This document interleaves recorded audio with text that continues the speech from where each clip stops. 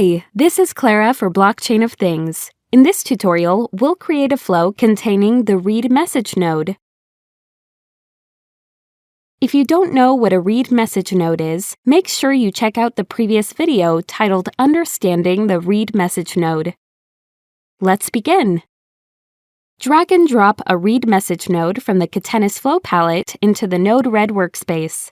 Double-click it to display its Properties slide-out panel. On the Device drop-down field of the Properties slide-out panel, choose a Catenis virtual device you previously configured. Add the node's configuration information based on your needs to each field of the Properties slide-out panel.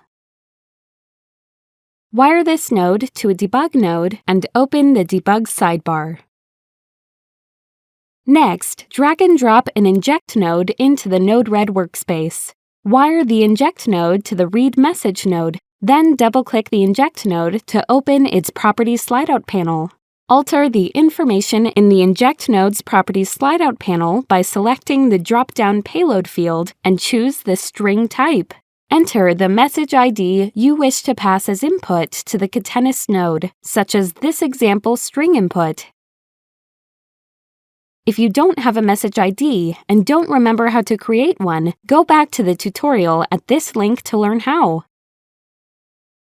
After entering your message ID entry, click the red Done button. Click the Deploy button. Now, let's test the flow.